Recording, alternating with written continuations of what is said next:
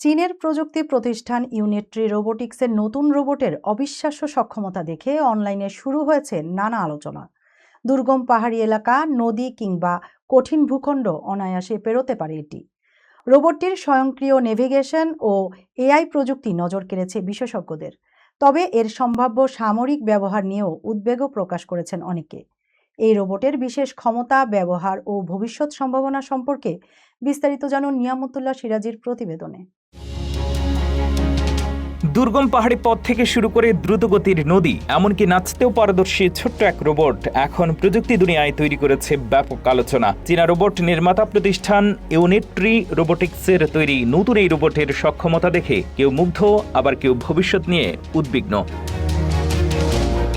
রোবটটি বিভিন্ন ধরনের দুর্গম ভূখণ্ডে চলাচল করতে পারে। নির্মাতা প্রতিষ্ঠানের দাবি, প্রায় 50 পাউন্ড ওজনের এই রোবট নিজের ওজনের দ্বিগুণেরও বেশি ভার বহন করতে সক্ষম। শুধু তাই নয়, এতে রয়েছে স্বয়ংক্রিয় নেভিগেশন সিস্টেম। ফলে রিমোট কন্ট্রোল ছাড়াই এটি আশপাশের পরিবেশ সম্পর্কে রিয়েল টাইম তথ্য সংগ্রহ করে এবং সেই অনুযায়ী চলার পথ পরিবর্তন করতে পারে।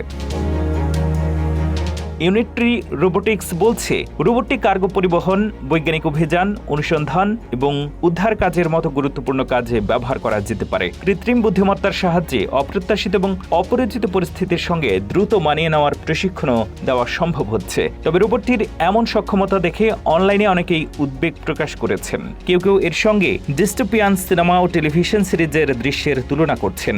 বিশেষ করে যুদ্ধক্ষেত্রে এই ধরনের প্রযুক্তির সম্ভাব্য ব্যবহার নিয়ে প্রশ্ন উঠেছে।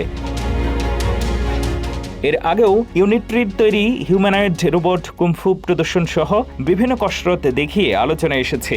যদিও রোবটের ব্যর্থতার ঘটনাও কম নয়। দৌড় প্রতিযোগিতার শুরুতে পড়ে যাওয়া কিংবা নাচের সময় ভারসাম্য হারানোর মতো ঘটনা ঘটেছে।